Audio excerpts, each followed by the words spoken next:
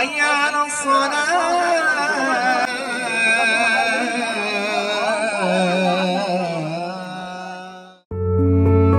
চারপাশে ধ্বংসস্তূপ, তার মাঝে টানানো হয়েছে শামিয়ানা, সারি সারি চেয়ার ও পাতা, একদল মানুষ সমবেত। সূর্য ডুবে যাওয়ার সাথে সাথে ভেসে আসে আজানের ধ্বনি।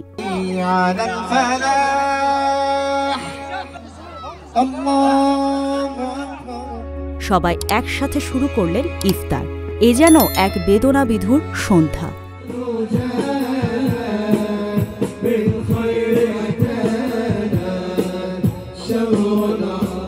এটা কোনো হলিউড মুভির পরিকল্পিত গল্পে ঠাসা ঝাঁ চকচকে স্ক্রিপ্টের দৃশ্যায়ন সেট নয়, এটা গাজা। টানা 15 মাস ইসরায়েলি বর্বরতার শিকার হয়ে নির্মমতার নেপথ্যে ভূমিতে পরিণত হওয়া গাজা। সব হারানো মানুষেরাই সেই গাজায় আসন পেতে বসেছেন ধ্বংসস্তূপের পাশে। সবাই মিলে করছেন ইফতার। প্রিয়জন হারানো বেদনার সঙ্গে নিয়ে গেয়েছেন কোরাস সুরে ইফতার আনন্দের কোনো এক ঐতিহ্যবাহী গান।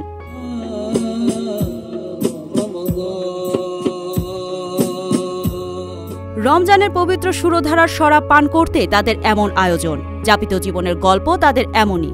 মৃত্যুতে এখন আর তাদের উৎসব উদযাপন থামে না, বরং মৃত্যুর শোক আর বাঁচার আনন্দ এখন একসাথেই নাচে তাদের চোখের তারায়।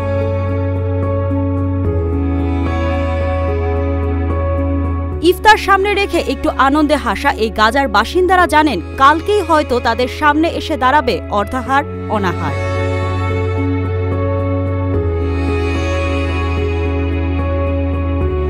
ইফতারে একটি খেজুর কিংবা কিছুটা পানির নিশ্চয়তা নাও থাকতে পারে। হঠাৎ করে আবার বোমা ছুটতে শুরু করতে পারে ইসরায়েলি বোমার বিমান।